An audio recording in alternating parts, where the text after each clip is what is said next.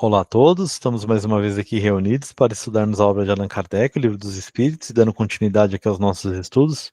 Vamos para a pergunta 526. Tendo como tem ação sobre a matéria, podem os espíritos provocar certos efeitos com o objetivo de que se dê um acontecimento?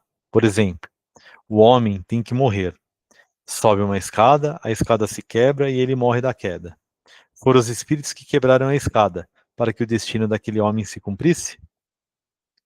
É exato que os espíritos têm ação sobre a matéria, mas para cumprimento das leis da natureza, não para as derrogar, fazendo que em dado momento ocorra um sucesso inesperado e em contrário àquelas leis. No exemplo que figuraste, a escada se quebrou porque se achava podre, ou por não ser bastante forte para suportar o peso de um homem. Se era destino daquele homem perecer de tal maneira, os espíritos lhe inspirariam a ideia de subir a escada em questão, que teria de quebrar-se com o seu peso, resultando-lhe daí a morte por um efeito natural, e sem que para isso fosse mister a produção de um milagre. Pergunta 527. Tomemos outro exemplo, em que não entre a matéria em seu estado natural. Um homem tem que morrer, fulminado pelo raio. Refugia-se debaixo de uma árvore, estala o raio e o mata. Poderá dar se tenham sido os espíritos que provocaram a produção do raio e que o dirigiram para o homem? Dá-se o mesmo que anteriormente. O raio caiu sobre aquela árvore em tal momento, porque estavas nas leis da natureza que assim acontecesse. Não foi encaminhado para a árvore, por se achar debaixo dela o homem.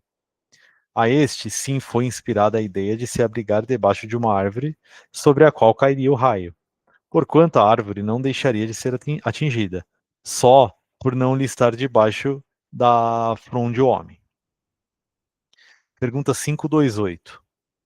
No caso de uma pessoa mal intencionada disparar sobre outra um projétil que apenas lhe passe perto sem atingir, poderá ter sucedido que um espírito bondoso haja desviado o projétil? Se o indivíduo alvejado não tem que perecer desse modo, o espírito bondoso lhe inspirará a ideia de se desviar, ou então poderá ofuscar o que empunha a arma, de sorte a fazê-la apontar mal. Porquanto, uma vez disparada a arma, o projétil segue a linha que tem de percorrer. Pergunta 529. Que se deve pensar das balas encantadas de que falam algumas lendas e que fatalmente atingem o alvo? Pura imaginação. O homem gosta do maravilhoso e não se contenta com as maravilhas da natureza. E aí tem um complemento. Podem os espíritos que dirigem os acontecimentos terrenos ter obstada sua ação por espíritos que queiram o contrário? O que Deus quer se executa. Se houver demora na execução ou lhe surjam obstáculos, é porque ele assim o quis. Pergunta 530. Não podem os espíritos levianos e zombeteiros criar pequenos embaraços à realização dos nossos projetos e transtornar as nossas previsões? Serão eles, numa palavra, os causadores do que chamamos pequenas misérias da vida humana? Eles se comprazem em vos causar aborrecimentos, que representam para vós provas destinadas a exercitar a vossa paciência. Cansam-se, porém, quando veem que nada conseguem. Entretanto, não seria justo nem acertado imputar-lhes todas as decepções que experimentais, e de que sois os principais culpados pela vossa irreflexão. Fica certo de que se a tua louça se quebra, é mais por desazo seu do que por culpa dos espíritos. Tem um complemento aqui, tá? Destes, os que provocam contrariedades obram impelidos por animosidade pessoal ou assim procedem contra qualquer sem motivo determinado por pura malícia?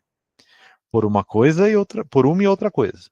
Às vezes, os que assim vos molestam são inimigos que granjeastes nesta ou em precedente existência. Outras vezes, nenhum motivo há.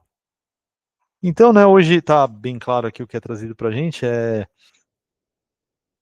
as leis de Deus e a vontade de Deus, elas sempre serão aplicadas, elas sempre serão exercidas, tá?